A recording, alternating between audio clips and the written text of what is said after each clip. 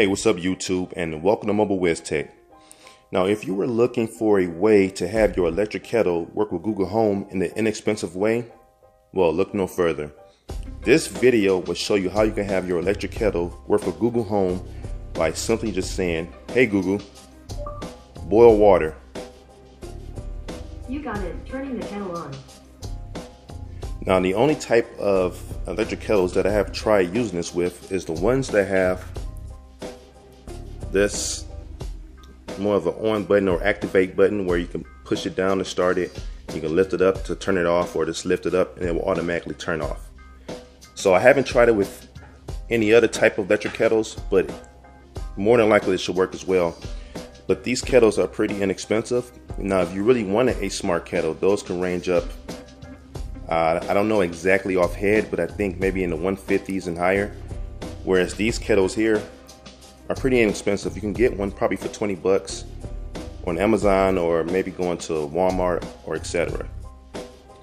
Now, the process is pretty simple to get set up, and I'll show you that right now. Now, to get started, what you would need is a Google Home Mini, or a Google Home Max. You can even use your phone with the assistant. That works as well. But the other thing that you would need is a smart plug. Now, I have this one here I got from Amazon. I got a pack of 2 that cost, I think it was 26 for the pack. And you got 2 of them in there. I mean, I'll have a link posted in the description, so look down there to check that out. But once you have this, then we can proceed to the next step.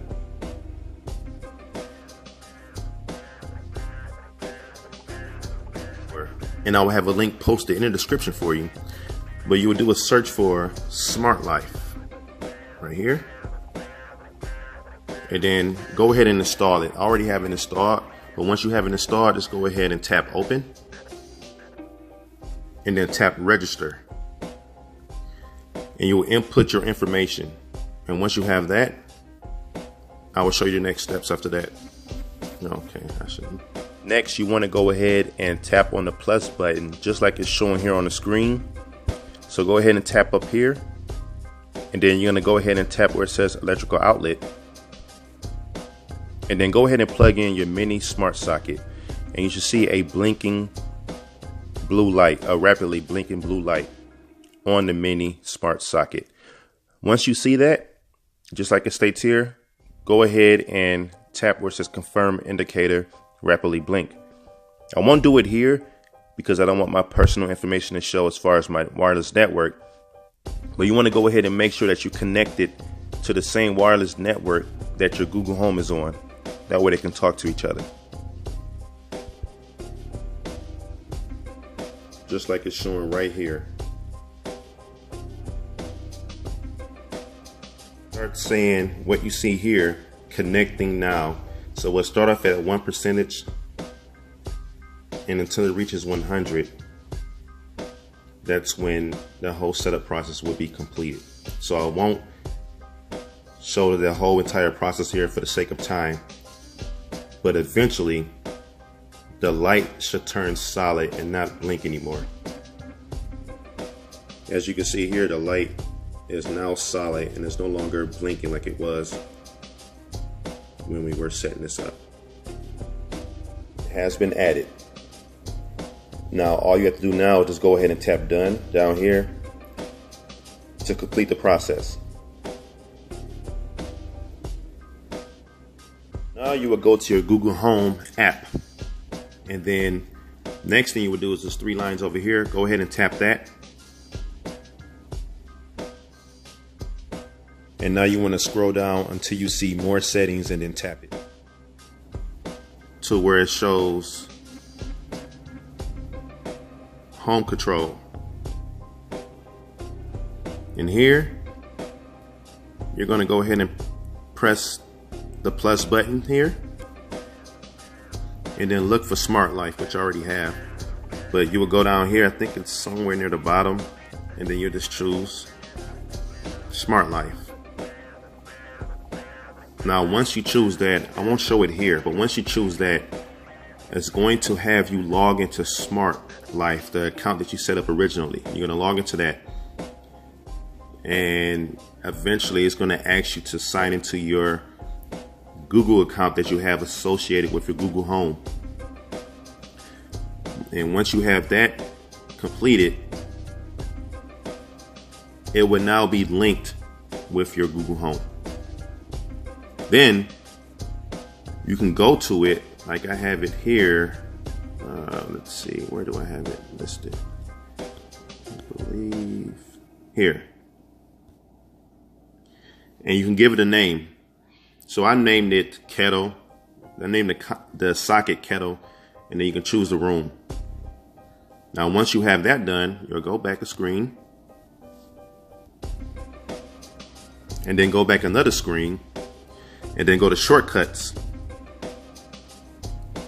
And as you see here, that's my shortcut. So you'll just tap plus and put what you want to say to initiate the kettle to start boiling.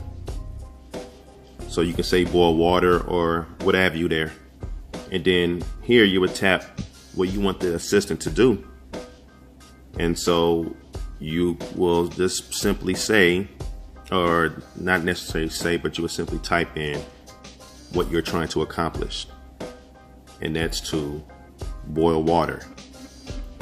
So I can show you mine's here again so you can, or to turn on the kettle. That's what you can actually say instead of boil water. But so you would start off by saying something like boil water. I even have one that says tea time. And then for what the assistant is going to do is turn on the kettle. Turn on the kettle, that's the key word there, what you named your socket, your mini socket. So that's why it's important to actually name it, so that way Google Home would know what you're referring to as far as what it should do after putting that command in there. So once you have that stated and save it, it should be all set. Like so. As you can see here, it's not actually receiving any power. But if I ask Google, hey Google, tea time. You got it, turning the kettle on. It's ready to go. Again, let's say this just finished boiling water. I get my water out of there. I want to make sure that this button here is set to the off position after you finish getting your water out of the kettle. And you're done with the kettle for that moment. Just turn this off here so it's powered off. After you finish using the kettle, you got the water you need out of there. You want to make sure that there's enough water in here so the next time you're ready to use it, it's ready to go. Again, also with the plug, you want to make sure while it's plugged in, you push the button so that way it's disabled, and that way you won't see the blue light. It'll look the way it looks now, disabled. And also, you want to make sure that this lever here is pushed down, as if you want to start boiling water right now, but as you see, no power is going to it. But when you're ready to use it, your Google Home will turn it on for you and it'll be ready to go. So that's it. Hopefully this video was helpful, and I hope you give it a big thumbs up if you like it. Also share this video if you're new to this channel. If you want to see more content like this, please subscribe, and also hit the notification button so that way you will know when new content is posted. Thank you for watching, and see you in the next one.